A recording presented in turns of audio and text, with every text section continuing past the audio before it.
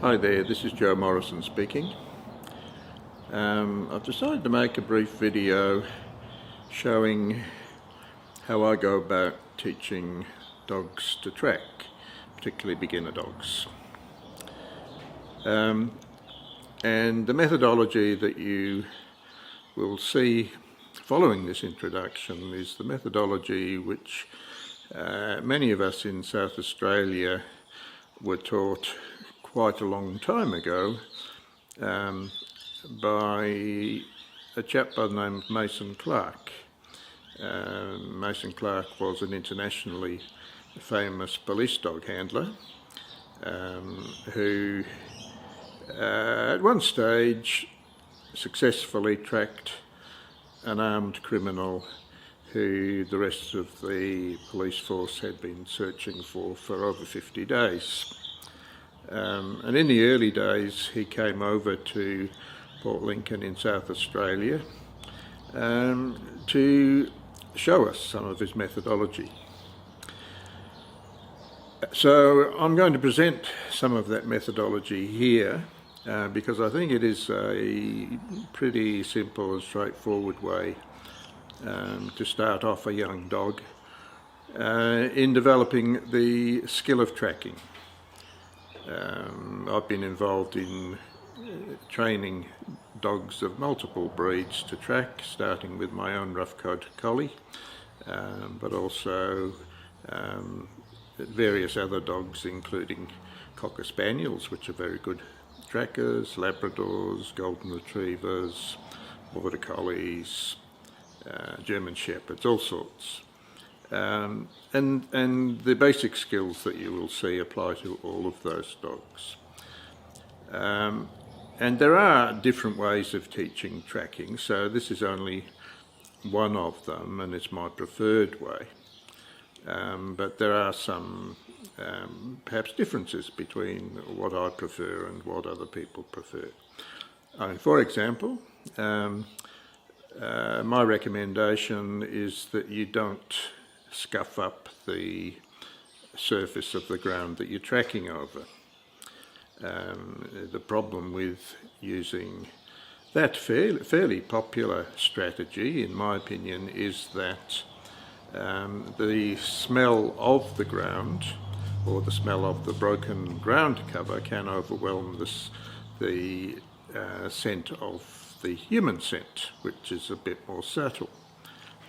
If you imagine the aroma of cut grass after the lawnmower's been across it, that is what you're going to get if you scuff up the ground, and that could easily overpower the dog's nose and prevent him from detecting the human scent at all.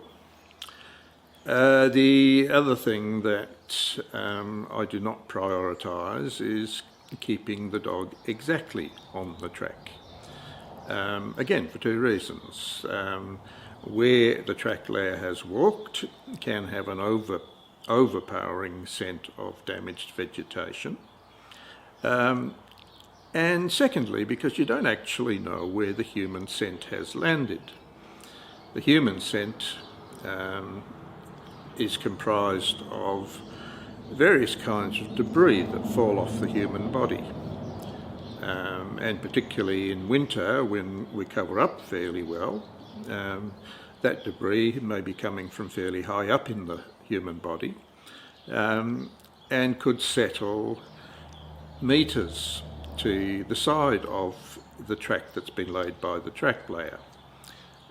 So it doesn't seem to me that it's very wise to use techniques that try to keep the dog rigidly onto the track that's laid. The track is laid to give the tracking dog's handler an indication of roughly where the track is.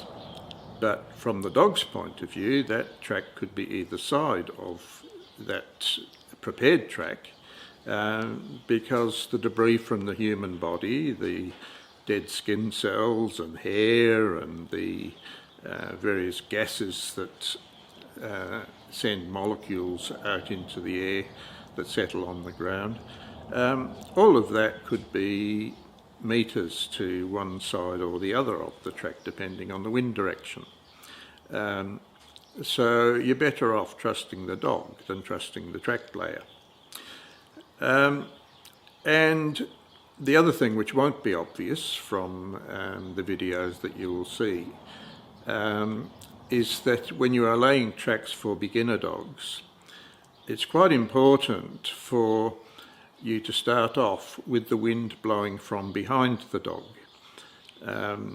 If the wind is blowing towards the dog, then you are increasing the possibility that the dog will air scent rather than putting his nose to the ground. If the wind is blowing to one side or the other, then the human scent will possibly not be very close to the actual track at all, which makes it more difficult for the dog. So as far as you can, when you are laying early tracks for your dog, try to get the major legs, the starting leg and the longer legs of the track, try to get those sections of the track laid with the wind coming from behind the dog. Okay, so that's as much as I'm going to say at the moment, and this introduction will be followed by an example of a track being laid so that you can see the most basic techniques that are necessary. Okay, I'm going to show you how to lay a simple track for a beginner dog. This is probably not your first track because there's more than one turn in it, but it's still an early, relatively short track. Ideally, you would lay this kind of track with the wind behind you as much as possible. Today the wind's all over the place, so we're not going to worry about that. So we're going to start at the start peg by just walking around in about 1 metre square. Walk in circles, doesn't really matter. Walking on top of the ground without scruffing it up. Then we're going to walk out to the first turn, walking with our feet reasonably close together, walking fairly slowly, keep as straight as possible. Then we're going to put a marker on the outside of the turn. This is going to be a left-hand turn, so we'll put the marker down on our right-hand side. But first, we're going to go back to the start peg over the same ground. Again, walking slowly on top of the ground. And then we're going to turn around and walk over the track, the first section of the track again for the third time.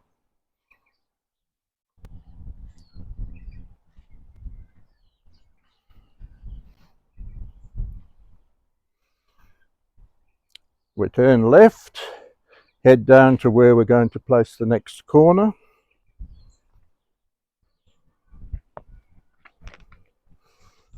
Put the marker on the outside of this turn, which is going to be a right-hand turn.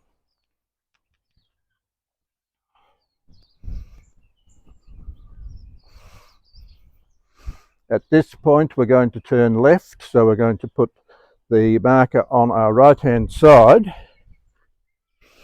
And as you will see in a moment, we're heading down to a gate.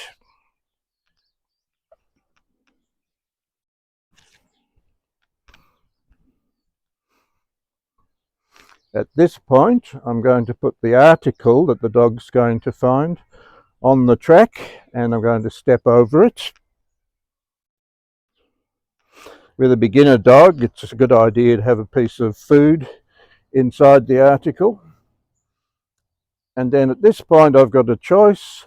I can go through the gate and circle around to the beginning of the track, or I can go back over the same track that I've just laid back to the start. That's a useful technique if you are training a beginner dog or if you are training and tracking by yourself. It's quite legitimate at this stage of training, which is the fairly early days. Okay, thank you. Okay, so that's how we go about laying a track. Fairly simple. And I'm now going to proceed to show you how to handle the dog on a simple track. The dog involved this time is my 19-month-old Border Collie, Robbie. And he will be following a similar track, not exactly the same track as the one we've just laid, but following a similar track using a harness and a long line. What I want you to focus on when watching this demonstration is perhaps a couple of things. First of all, the use of the long line. The purpose of having a long line is to remain in contact with your dog, but not to hold him back or restrict him too much, simply to maintain a link. And we find it's best to have slight tension on the line. I know this contradicts the way that many of you want to walk your dogs, but this is a different kind of activity to that.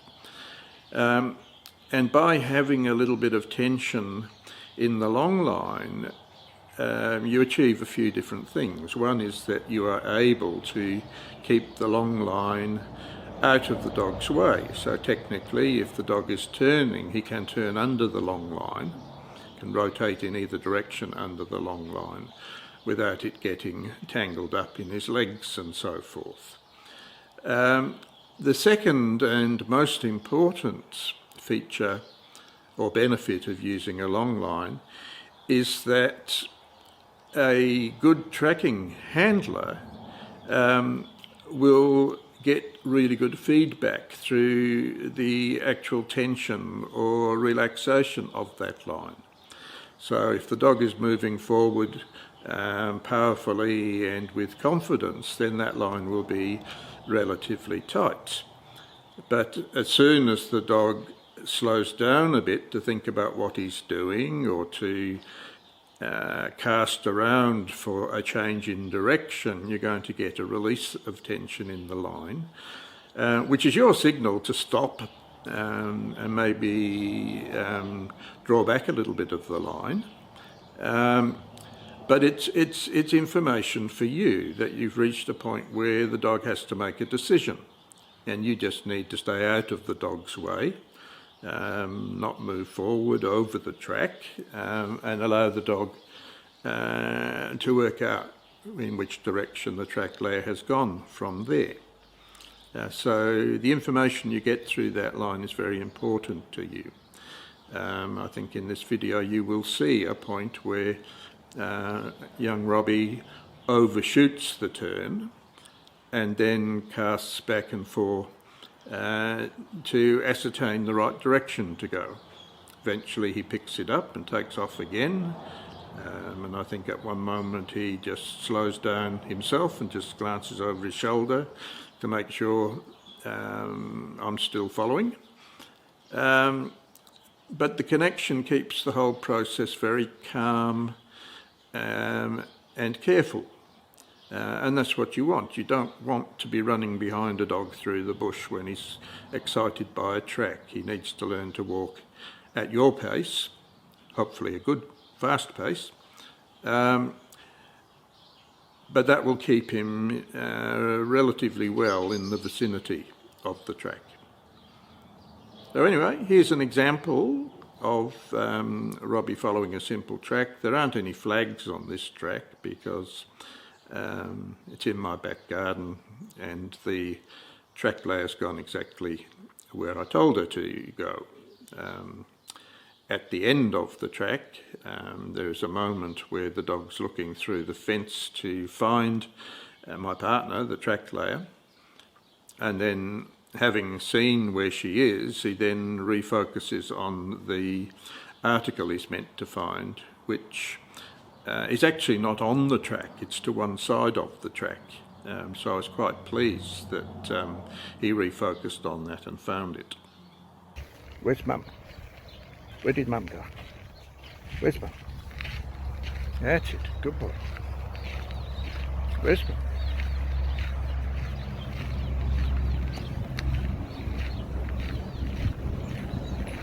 Good boy, good boy. Yep, good boy. Where's Mum? Good boy. Where's Mum? Yeah, good boy. Good boy. Good boy. Good boy. Good boy.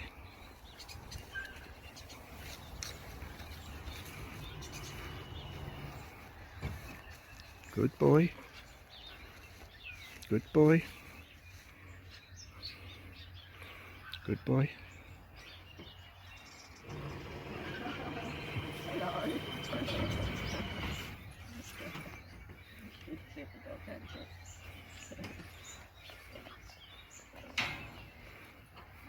Okay, so that was an example of a young dog following a reasonably simple beginner track. It's not very long, it's not very complicated, and he's highly motivated to find the person hidden at the end of the track, and later finds the article hidden alongside the track.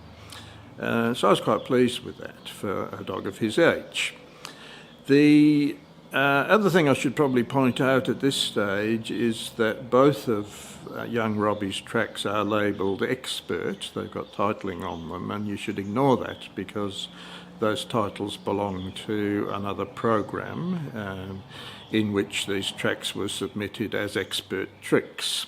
Robbie is certainly not an expert, he's just learning tracking and has only done a few starter tracks at this stage. The next video, which you're going to see, is a video of Robbie following a track to find an article that's been hidden at the end of the track. In this case, the track layer has walked out, hidden the article, and then walked back over the same pathway to the beginning of the track. This is quite a legitimate strategy for training a beginner dog. You end up with a double-laid track, and it does turn the activity into more of a hide-and-seek type activity, I would say. But that's okay for a beginner dog. It's just learning what a track is and where it goes and what happens when you reach the end of it. And it's a methodology you can use if you don't have a helper. You can lay your own tracks in this way, and that'll get the dog started in this kind of activity. Now, when Robbie reaches the end of this track, you will notice he pulls the article, which is a sock, out of its hiding place, which is a flower pot hidden in half of a boat, which is used as a garden feature. He then investigates the sock and the flower pot fairly closely. What he's actually doing is looking for a piece of cheese, because in his early training there would have been a piece of cheese rolled up in the sock as his reward. In this case, I reward him with a piece of cheese from my pocket, because on this occasion he's doing a test. He's not in training. Now, this raises the issue of what's an appropriate indication of a find in a track, in a tracking activity. And that really depends on what kind of activity you're involved with. If you're tracking for a sport in my country, in my state, then an indication can be as subtle as a movement of the dog's ears, or it could be something like a bark, a sustained nose touch, a down, or a sit, or something like that. Whatever indicates to the handler that the dog has found what it's looking for. Now, obviously, if you were training your dog for a professional role, like bomb detection, or finding drugs, or finding evidence, then this level of interaction, like Robbie has demonstrated, would be inappropriate. If you're preparing for one of those professional roles, then you would need to train your dog to indicate the article without touching it in some manner. But I'm not training for professional purposes. I'm training for sport, so Robbie's indication is fine by me. You will also observe in this video that the line handling is perhaps a little bit better than in the first video, because I'm getting good feedback through the line. And secondly, you may notice that Robbie's picking up the scent from the sides of the track rather than the centre of the track quite so much. Anyway, have a look and see what you think. Hey, where did Mum go?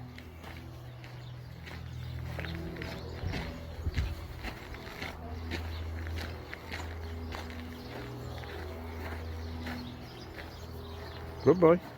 Good boy. Where'd she go? Find it.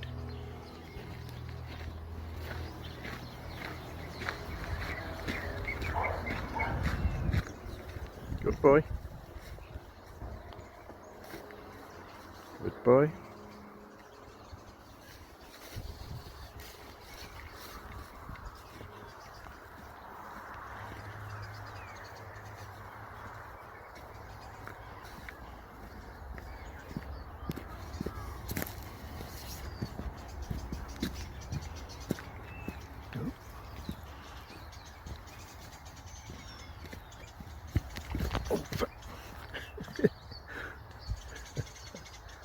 Good boy.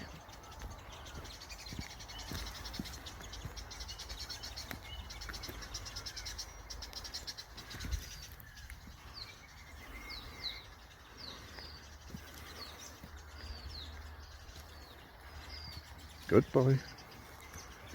Good boy. Good boy. Oh, well done.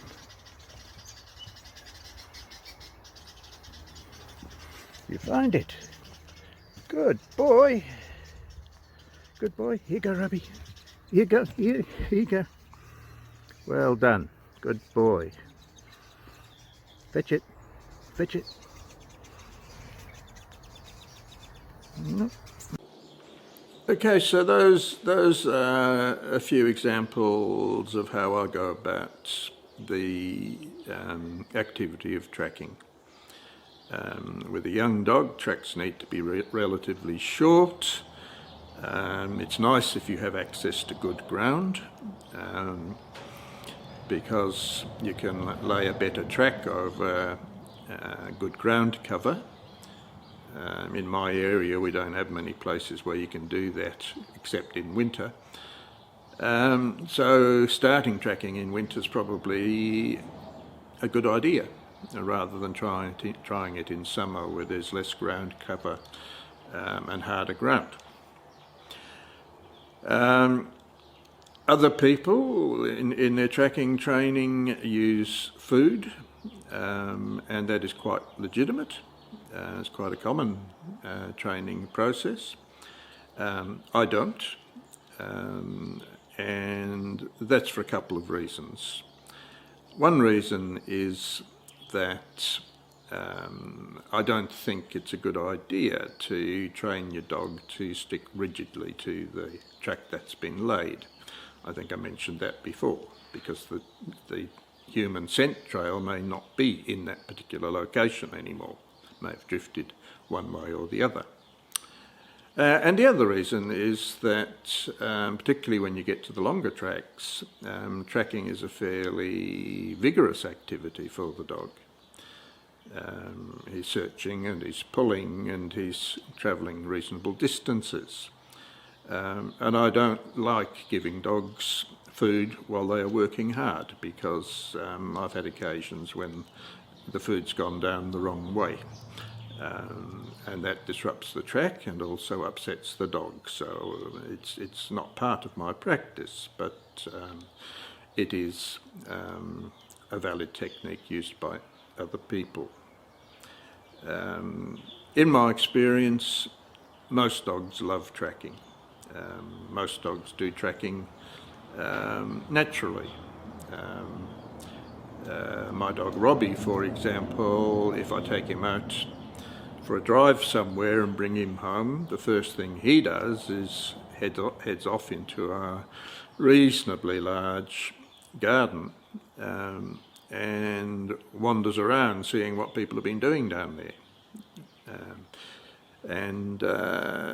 This will happen every day, probably 2 or 3 times. So it's a natural skill. Some dogs are better at it than others, but most dogs can do it, and there are a range of ways to get them started. So what you've seen is mine. It's a lot of fun, and it's not a difficult skill to encourage in dogs. And it's a great social activity. If you have a bunch of mates that want to go out into the scrub and find each other, it's a beautiful way to spend a nice sunny Sunday morning. All right, so good luck in your own training, and I hope some of this is useful to you.